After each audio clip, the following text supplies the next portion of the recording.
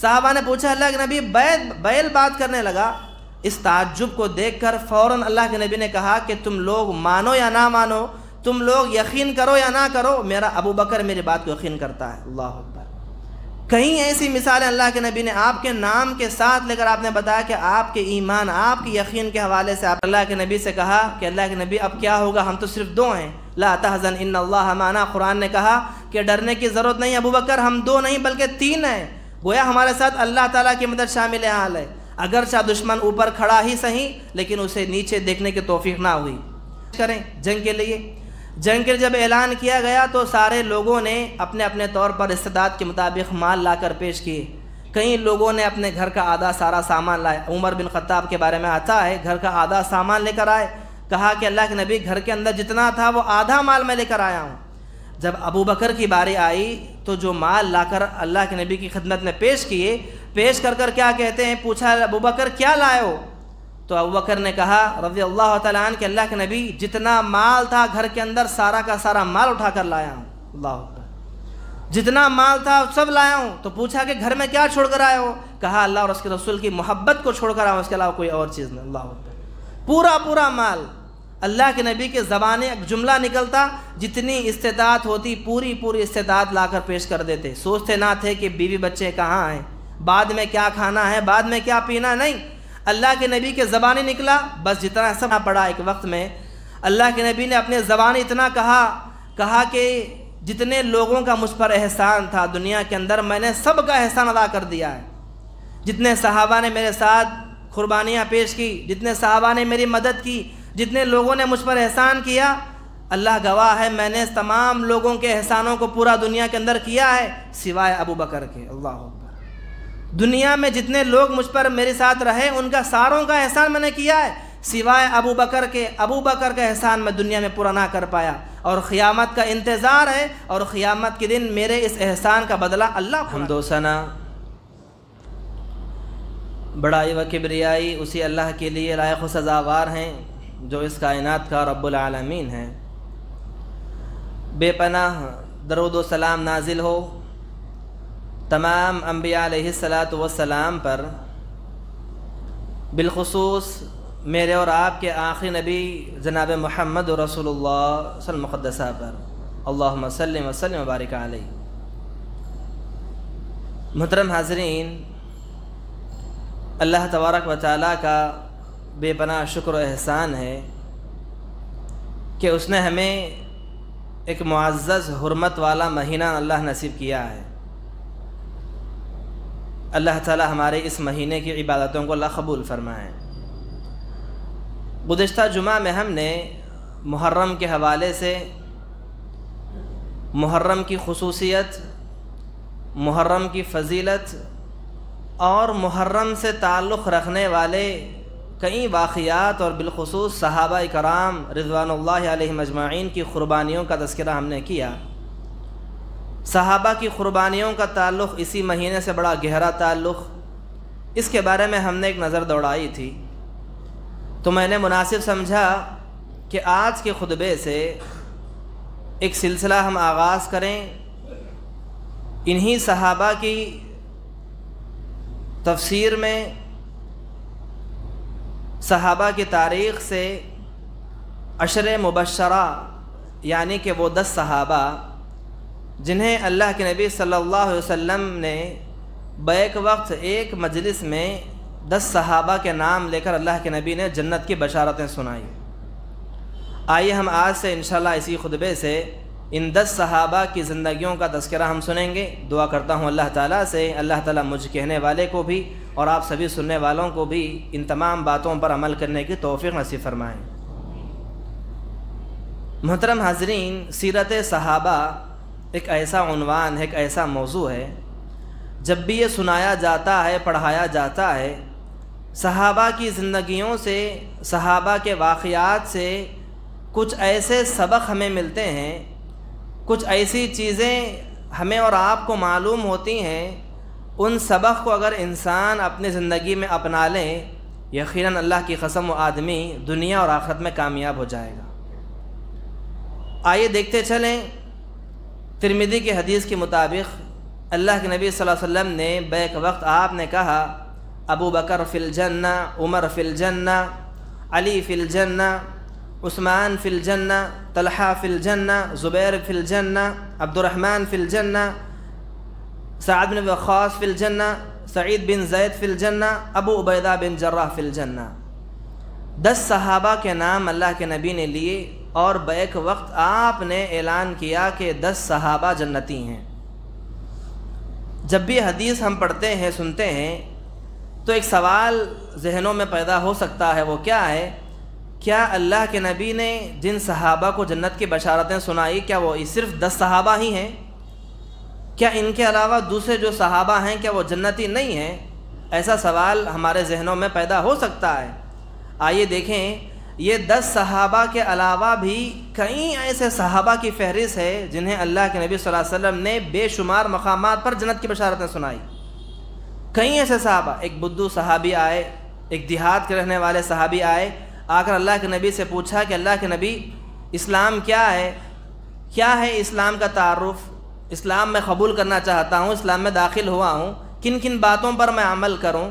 اگر میں جنت میں جانا چاہوں گا تو مجھے کیا کیا کرنا ہوگا؟ بنیادی تعلیمات کیا ہیں؟ اس صحابی نے اللہ کے نبی سے پوچھا تو اللہ کے نبی نے ساری تعلیمات بتائی۔ نماز کو پڑھو، نماز قائم کرو، روزہ رکھو، زکوٰۃ دو، صدقہ خیرات کرو، حج ابھی فرض نہ ہوا تھا۔ بنیادی جو 2 تعلیمات تھی وہ تمام تعلیمات اللہ کے نبی نے بتائی۔ وہ صحابی رسول جانے لگے اور جاتے ہوئے کہنے لگے کہ اللہ کی قسم جب تک میری جان باقی رہے گی میں اسی باتوں پر عمل کرتا رہوں گا۔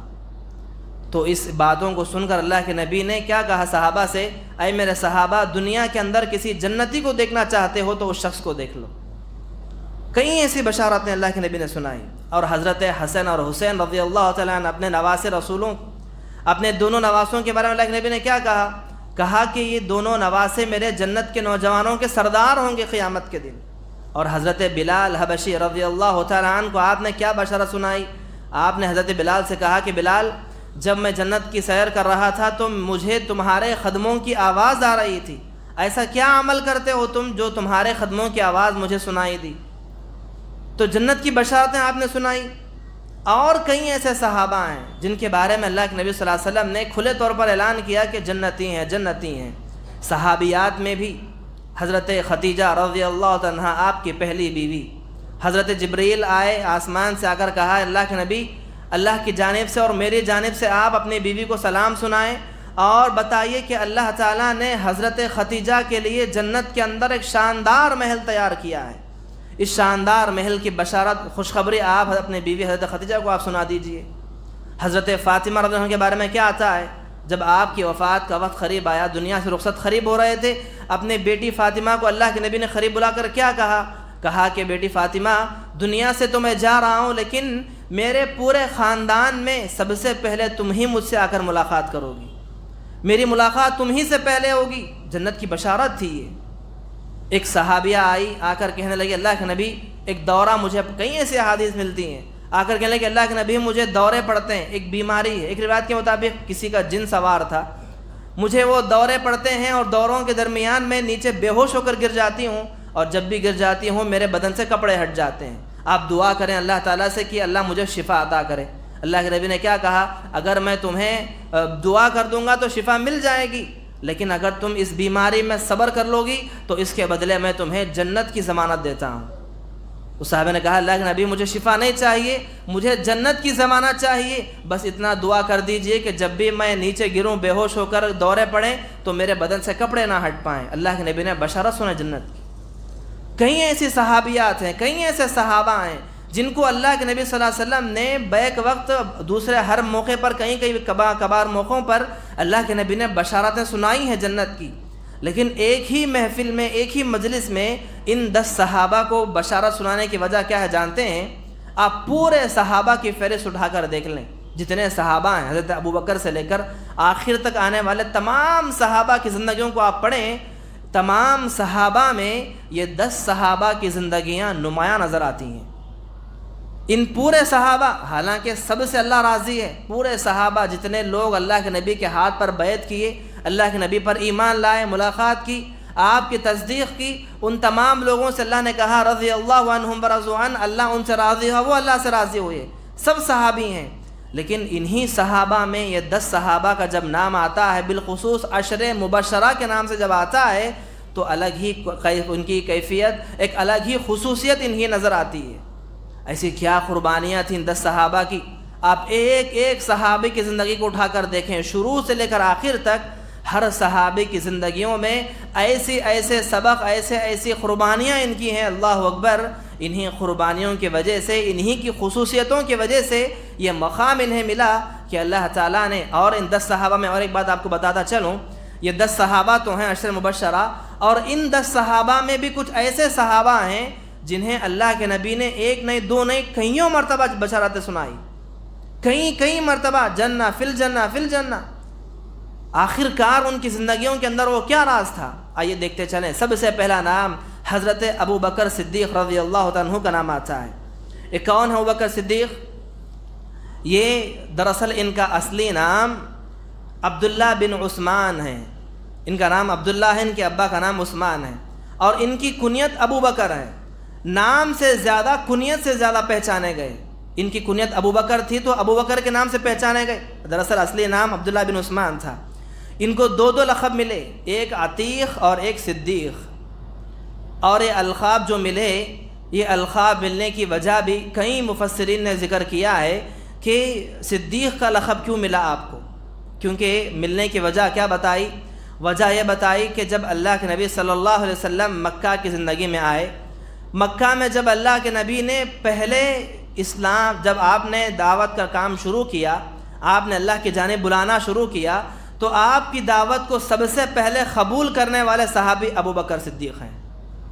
اللہ کے نبی کو بات کو ماننے والے کہ اللہ کے نبی سچے ہیں، جھوٹے نہیں ہیں، محمد کی بات سچی ہے، اس سچائی کو تصدیق کرنے والے سب سے پہلے ابو بکر ہیں، ایک وجہ۔ اور دوسری وجہ کیا ہے؟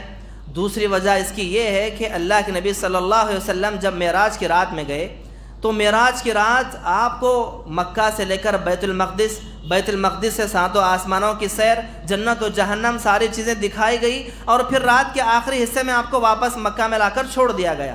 یہ واقعہ جو پیش آیا ایک معجزے کے طور پر، جب صبح ہوئی تو اللہ کے نبی نے واقعہ لوگوں کے سامنے بیان کیا۔ ایک ایسا عجیب و غریب واقعہ تھا یہ، کئی مسلمانوں کی عقلیں تھوڑی دیر کے لیے کام نہ کر پائی، عقل کے میزان میں لوگ تول نہ پائے کہ کیا بات سچ ہے یا جھوٹ ہے، کیونکہ حرم سے، مکہ سے لے کر بیت المقدس 40 دن کا سفر، 40 دن کا سفر تیز رفتار سواری سے جائے تو 40 دن لگ جائیں گے، اور بیت المقدس سے 7 آسمان، ایک آسمان سے دوسرے آسمان کے درمیان میں 500 سال کی مسافت، اتنا لمبا چوڑا سفر ایک ہی رات میں کیسے ممکن ہو سکتا ہے؟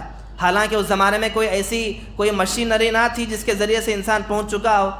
تھوڑی دیر کے لیے مسلمانوں کی عقلیں کام نہیں کر پائی اللہ کے نبی کی باتوں کو سن کر۔ یہ باتیں جب اللہ کے نبی بتا رہے تھے تو دشمنوں نے اسلام، ابو جہل جیسے لوگوں نے یہ باتیں سنی اللہ کے نبی کی زبانی کہ میں رات میں بیت المقدس جا چکا ہوں، 7 آسمانوں جا چکا ہوں، تو ابو جہل دوڑتا ہوا کس کے پاس گیا؟ سب سے پہلے یہی ابو بکر صدیق کے پاس گئے۔ جا کر اس نے کیا کہا کہ ابو بکر ایک بات بتاؤ، کیا تم مانتے ہو کوئی آدمی مکہ سے لے کر بیت المقدس جس کا راستہ 40 دن تیز رفتار سواری سے کریں گے تو 40 دن پہنچ جائیں گے، اتنا راستہ کوئی آدمی ایک رات میں طے کر لے اور پھر واپس آ جائے جانے کے لیے 40 دن، آنے کے لیے 40 دن، تقریباً اتنا لمبا چوڑا راستہ اگر کوئی آدمی ایک رات میں طے کر دے تو کیا تم اس بات کو مانو گے؟ ابو بکر نے کہا کہ رضی اللہ عنہ کہا کہ ہرگز میں نہیں مانوں گا۔ تو کہا تو یہ کہنے والا کوئی اور آدمی نہیں، تمہارے ہی محمد کے دعوے ہیں، اور دعویٰ صرف بیت المقدس تک نہیں ہے، اس سے بڑھ کر یہ ہے کہ وہ 7 آسمانوں میں گئے ہیں، جنت دیکھے ہیں، جہنم دیکھے ہیں، اور پھر 7 آسمانوں سے واپس ہوتے ہوئے مکہ میں رات کے آخری حصے میں آ بھی گئے ہیں۔ جیسے سنا کہ محمد کا دعویٰ ہے تو ابو بکر سے اس کے زبان نکلا، رضی اللہ کی زبان نکلا کہ اگر کوئی آدمی کہے تو بات الگ، اگر محمد رسول اللہ کہہ رہے ہیں تو سب سے پہلے میں مانتا ہوں، اللہ کے نبی کہہ رہے ہیں تو میں تصدیق کرتا ہوں، اگرچہ وہ اللہ کے نبی کہیں، اگر میری عقل مانے یا نہ مانے، میری عقل مانتی ہے نہیں مانتی، میں عقل کے میزان پر نہیں تولتا، اللہ کے نبی کی زبانی بات نکلی ہے تو سچی ہے، میں تصدیق کرتا ہوں۔ یہ پہلی تصدیق۔ دوسری تصدیق تھی ابو بکر کی، جنہیں آپ کو صدیق آپ کو بنا دیا گیا، اور یہاں سے آپ ابو بکر صدیق کے نام سے جانے گئے، صدیق کا لقب آپ کو یہاں سے ملا۔ اور پھر آپ کی پیدائش عام الفیل کے واقعے کے بعد 2.5 سال کے. عام الفیل کیا ہے؟ ابرہہ کا جو واقعہ پیش آیا ہاتھیوں والا. ابرہہ نے اپنے ہاتھیوں کے لشکر کو لے کر خانہ کعبہ پر جو حملہ کرنے کے لیے آیا، جسے اسی سال اللہ کے نبی کی پیدائش ہوئی. یہ واقعے کے بعد اللہ کے نبی کی پیدائش ہوئی. اور عام الفیل کے واقعے کے بعد 2.5 سال کے بعد ابو بکر صدیق کی پیدائش رضی اللہ عنہ. تو پتہ چلا کہ ابو بکر صدیق اللہ کے نبی کے عمر میں اللہ کے نبی صلی اللہ علیہ وسلم سے 2.5 سال چھوٹے تھے. آپ صلی اللہ علیہ وسلم کی عمر 2.5 سال بڑی تھی اور آپ کی عمر سے وہ 2.5 سال چھوٹے تھے. اور بچپن سے لے کر اللہ کے نبی صلی اللہ علیہ وسلم کی آخری زندگی تک آپ کا ساتھ آپ کو نصیب ہوا. آپ ہی کے ساتھ رہنے والے سب سے زیادہ اگر آپ کے قریب کوئی تھے مکہ میں، مدینہ میں، آپ کی زندگی میں، اچھائی میں، برائی میں، غم میں، دکھ میں، سکھ میں، تو صرف اور صرف ابوبکر کا نام آتا. صحابہ نے پوچھا اللہ کے نبی سے، پوچھا اللہ کے نبی آپ کے نزدیک سب سے زیادہ محبوب کون ہے؟ آپ نے کہا کہ عائشہ.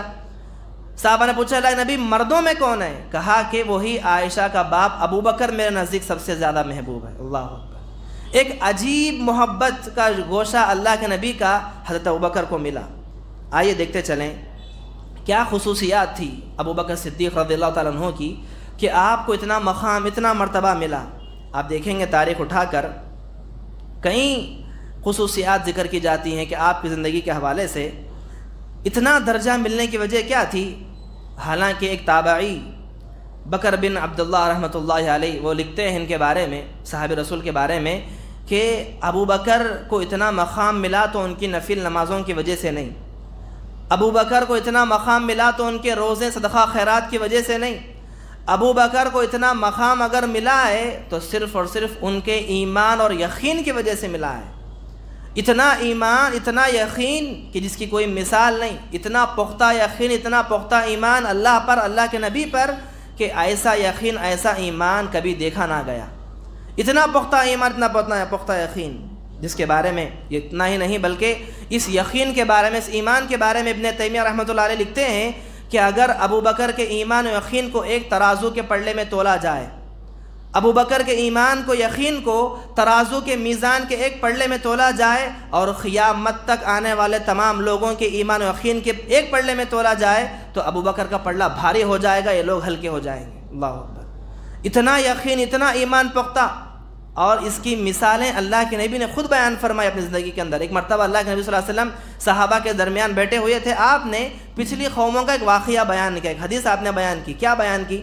کہا کہ ایک آدمی تھا، اپنے بیل کو جو ہے چرا رہا تھا، بیل سے جو ہے کھیتی باڑی کر رہا تھا. کرتے کرتے دوران میں وہ اپنے بیل پر خود سوار ہو گیا، سواری کے لیے بیٹھ گیا. تو بیل زبان کھول کر بولنے لگا. ایک عجوبہ تھا. بیل بات کرنے لگا، بولنے لگا. کیا بولنے لگا؟ کہا کہ مالک مجھے اللہ تعالیٰ نے کھیت کے لیے، کھیتی باڑی کے لیے پیدا کیا ہے، سواری کے لیے پیدا نہیں کیا ہے. جب یہ حدیث اللہ کے نبی سنا رہے تھے، بات بتا رہے تھے، تو بعض صحابہ نے تعجب سے، انکار کس نے کیا؟ نعوذ باللہ. کسی صحابی نے اللہ کے نبی کی بات کو انکار نہیں کیا. تعجب سے پوچھنے لگے کہ اللہ کے نبی بیل بات کرنے لگا. تھوڑی دیر کے لیے آدمی سو سکتا ہے کیونکہ نئی عجیب بات تھی. صحابہ نے پوچھا اللہ کے نبی بیل بات کرنے لگا. اس تعجب کو دیکھ کر فوراً اللہ کے نبی نے کہا کہ تم لوگ مانو یا نہ مانو، تم لوگ یقین کرو یا نہ کرو، میرا ابو بکر میری بات کو یقین کرتا ہے. اللہ اکبر. کئی ایسی مثالیں اللہ کے نبی نے آپ کے نام کے ساتھ لے کر آپ نے بتایا کہ آپ کے ایمان، آپ کے یقین کے حوالے سے آپ نے گفتگو کی. اور اتنا ہی نہیں بلکہ آپ کی خصوصیت کیا ہے جانتے ہیں؟ آپ کی خصوصیت، آپ کا کردار، آپ کا رول، آپ کی زندگی، آپ کا جو وقار تھا مکہ کے اندر، آپ کے اس کردار کی گواہی مسلمانوں نے نہیں بلکہ کفار کے سرداروں نے دی. کفار کے مشرکین کے سرداروں نے، ابن دغنہ نامی ایسے شخصوں نے دی. ابن دغنہ کون ہے؟ کفار کا ایک بہت بڑا سردار جس نے مسلمانوں کو ستایا، مسلمانوں کو تکلیف پہنچائی. اکثر جب مکہ کے حالات بگڑ گئے، مکہ میں لوگوں کو کھل کر عبادت کرنے نہیں دیا جاتا ہجرت کے موقع پر. جب اللہ کے نبی ہجرت کر کے مدینہ چلے گئے، صحابہ چلے گئے، ابو بکر مکہ ہی میں تھے، آپ کا ایک مقام و مرتبہ تھا. لیکن جب آپ نے ارادہ کیا کہ اب مجھے بھی مدینہ جانا چاہیے، ارادہ کرنے کے بعد اپنے سامان کو لپیٹا اور مکہ سے باہر جانے لگے. ابن دغنہ نامی شخص جو کفار کا، مشرکین کا سردار، وہ آ کر آپ کے سامنے کھڑا ہوا اور کہنے لگا، پوچھنے لگا کہ ابو بکر کہاں جا رہے ہو؟ کہا کہ مدینہ جانے کا ارادہ میں کیا ہوں. کہا کہ اگر تم مدینہ چلے جاؤ گے تو پھر مکہ میں کون رہے گا؟ اور کیا الفاظ سے اس کے جانتے ہیں؟ اس نے کہا کہ تمہاری کیا ہمت ہوگی، تم اپنے خود سے کیسے جا سکتے ہو، اور پھر کسی کی کیا مجال کہ تمہیں مکہ سے باہر نکالے، تم خود بھی کیسے جا سکتے ہو اور کوئی تمہیں کیسے باہر نکال سکتا ہے؟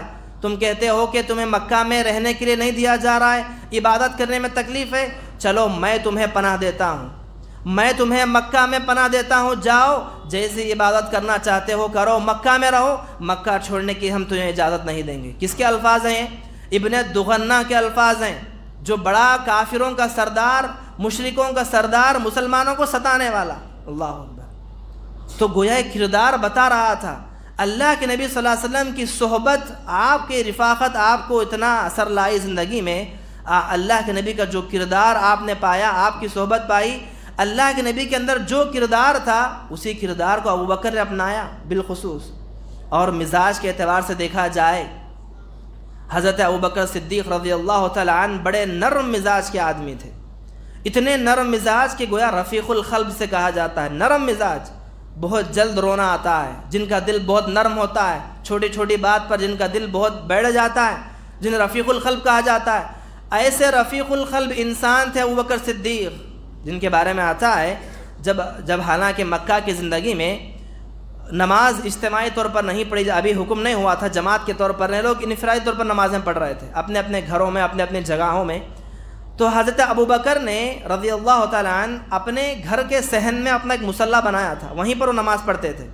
جب نماز کے لیے کھڑے ہوتے تو نماز میں جو قرآن کی تلاوت کرتے زار و خطار روتے، ان آیتوں کو پڑھ پڑھ کر زار و خطار روتے، اور آپ کے رونے کو دیکھ کر آپ کے آزو بازو کے جو مشرکین کفار ہیں، یہ تمام ان کی بیویاں، ان کے بچے آ کر آپ کو گھیر لیتے آپ کے گھر کے اطراف۔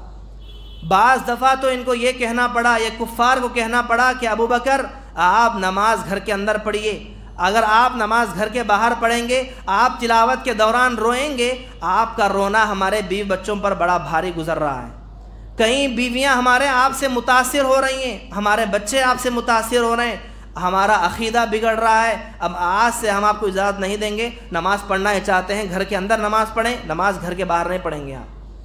آپ کے پڑھنے کو، آپ کی تلاوت لوگوں کے دلوں میں ایمان پیدا کر رہی تھی، آپ متاثر ہو رہے تھے کئی قسم کے لوگ۔ اور نیکی کے معیار میں اگر آپ کو تولا جائے تو کوئی آدمی کا معمول کیا ہوتا ہے، میرا بھی آپ کا بھی، ہم کسی ایک نیکی میں ماہر ہوتے ہیں، فرائض کے علاوہ جو سنت نوافل کی بات اگر کریں، نفل عبادتوں میں کوئی آدمی الگ ہوتا ہے، کسی آدمی کو خدمت خلق سے بڑا شوق، وہ آدمی صرف خدمت خلق کرتا ہے، صدقہ خیرات نہیں کرتا۔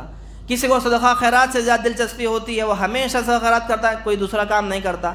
کسی کو کسی عبادت سے لگاؤ ہوتا ہے، لیکن ابوبکر صدیق کی زندگی آپ اٹھا کر دیکھیں رضی اللہ تعالیٰ عنہ، آپ کی زندگی بتاتی ہے کہ آپ نیکی کے ہر کام میں آگے تھے، آپ خدمت خلق میں بھی تھے، نفل عبادتوں میں بھی تھے، صدقہ خیرات میں بھی تھے، لوگوں کو کھلانے پلانے میں بھی تھے، ہر نیکی کا جو نفل کام ہے، نفل نیکی ہے، ہر کام میں آپ آگے تھے۔ ایک مرتبہ اللہ کے نبی نے پوچھا صحابہ سے، کون ہے تم میں سے آج جس نے ایک مریض کی عیادت کی؟ وہ حدیث بار بار ہم پڑھتے ہیں، سنتے ہیں، لوگوں کا مجمع تھا، کوئی اٹھ کر کھڑا نہ ہوا سوائے ابوبکر کے۔ ابوبکر اٹھ کر کھڑے ہو کہا، اللہ کے نبی میں نے آج مریض کی عیادت کی۔ پھر اللہ کے نبی نے پوچھا کہ کون ہے تم میں سے جس نے آج ایک بھوکے کو کھانا کھلایا ہے؟ پھر اٹھ کر اللہ کے نبی ابوبکر کھڑے ہوئے، اٹھ کر کہا کہ اللہ کے نبی میں نے آج بھوکے کو کھانا کھلایا ہے۔ پھر حضرت اللہ کے نبی نے پوچھا کہ تم میں سے کون ہے جس نے آج ایک نماز جنازہ میں شرکت کی؟ وہ جو حدیث آپ نے بار بار آپ سوال کر رہے تھے، جو آدمی 4 کام کر لے گا، بار بار اللہ کے نبی جو کام کے لیے اعلان کر رہے تھے، ہر کام میں ابوبکر اٹھ کر کھڑے ہو رہے ہیں، بار بار اٹھ کر کھڑے ہو رہے ہیں اور کہہ رہے ہیں کہ اللہ کے نبی میں نے کیا۔ اللہ اکبر۔ جنازے کی نماز بھی میں نے پڑھی، جنازے کے ساتھ شریک میں رہا۔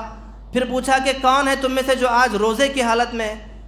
کوئی اٹھ کر کھڑے نہ ہوا۔ پھر ابوبکر اٹھ کر کھڑے، کہا کہ اللہ کہ میں آج روزے سے ہوں۔ آپ نے کہا جو آدمی دن میں 4 کام کر لے، جب روزے کی حالت میں ہو، مسکین کو کھانا کھلائے اور بیمار کی عیادت کرے اور جنازے میں شریک ہو، جس آدمی کے 4 کام بیک وقت ایک دن میں ہو جاتے ہیں، وہ آدمی جنت کے اندر آسانی کے ساتھ داخل ہو جاتا ہے۔ اللہ اتنے صحابہ میں چاروں شرف ملنے والے صرف اور صرف ابوبکر صدیق رضی اللہ تعالیٰ عنہ، چاروں کام ایک ساتھ ملے۔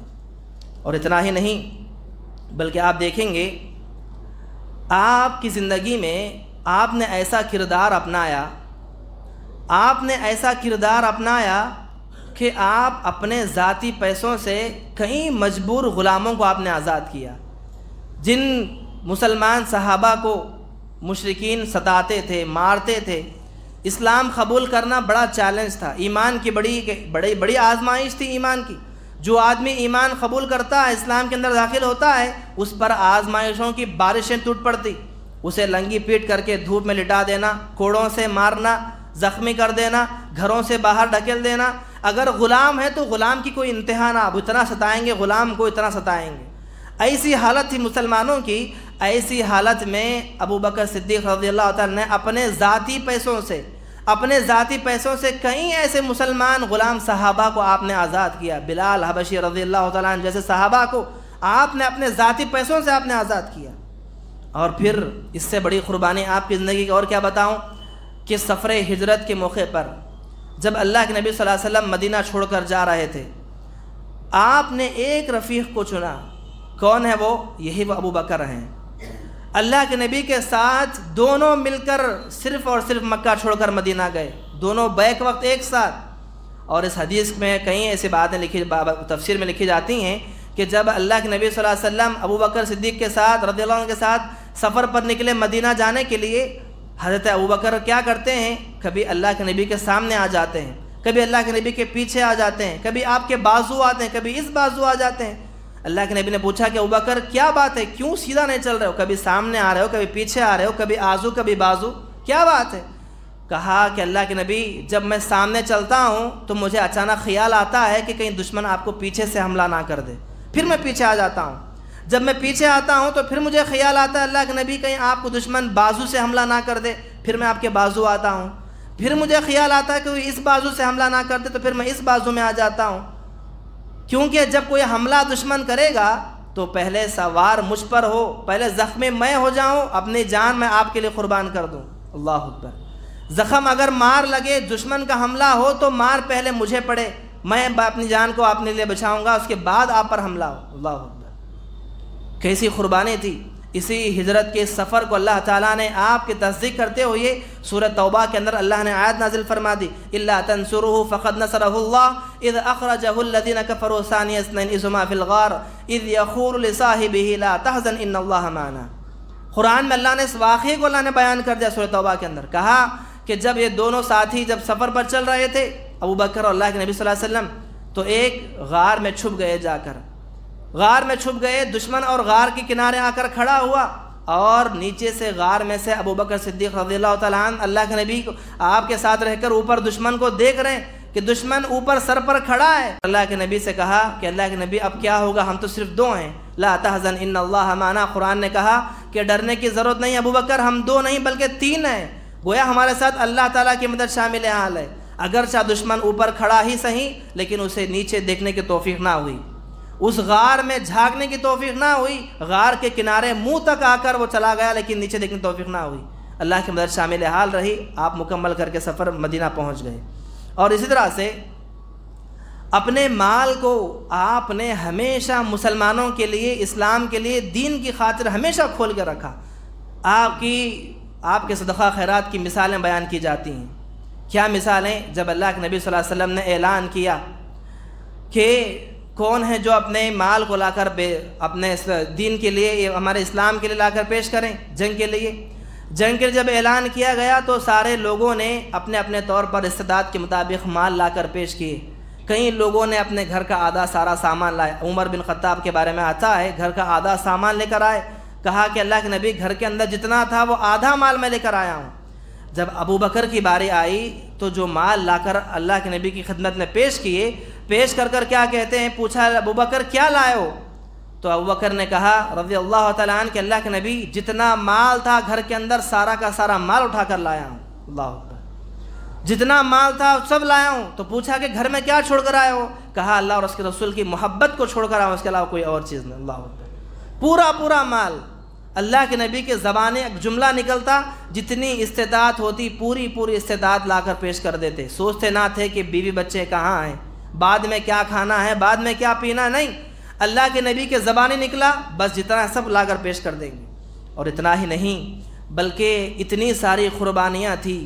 یہ ساری قربانیوں کو دیکھ کر ایک وقت تو اللہ کے نبی کو اتنا کہنا پڑا، ایک وقت میں اللہ کے نبی نے اپنے زبانی اتنا کہا کہ جتنے لوگوں کا مجھ پر احسان تھا دنیا کے اندر، میں نے سب کا احسان ادا کر دیا ہے.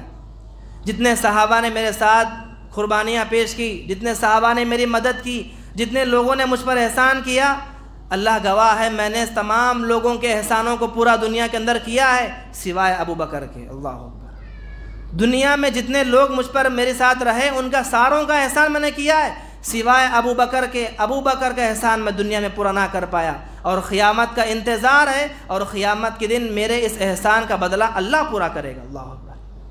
اتنی قربانیاں تھیں آپ کی، ایسے رفیق، ایسا ساتھی. بلکہ جب آپ کا انتقال بھی ہوا تو آپ کی رفاقت یہیں پر ختم نہ ہوئی. اللہ کے نبی صلی اللہ علیہ وسلم کی پوری زندگی آپ کے ساتھ لگے رہے، اور آپ کے انتقال کے بعد جب ابو بکر کا بھی انتقال، رضی اللہ عنہ کا انتقال ہوا، تو اللہ کے نبی صلی اللہ علیہ وسلم کے بازو میں آپ کو دفنایا گیا. تو یہ ابو بکر صدیق رضی اللہ عنہ کی زندگی ہے. اور بھی کئی ایسے اہم واقعات، اہم اور بھی قربانیاں ہیں جو انشاءاللہ میں آئندہ خود میں آپ کی طرف گوش کروں گا. دعا کرتا ہوں اللہ تعالیٰ سے، اللہ تعالیٰ ہم تمام کو صحابہ کی زندگیوں کو سننے کے بعد جو سبق ان واقعات سے، ان کی زندگیوں سے ملتے ہیں، ان تمام سبق کو اپنا کر زندگی گزارنے کے اللہ ہم سب کو توفیق عطا فرمائے. ہم تمام کو اللہ اور اس کے رسول اور ان کے صحابہ کے نقش قدم پر چلنے والا بنائیں. آمین رب العالمین. السلام علیکم ورحمۃ اللہ وبرکاتہ.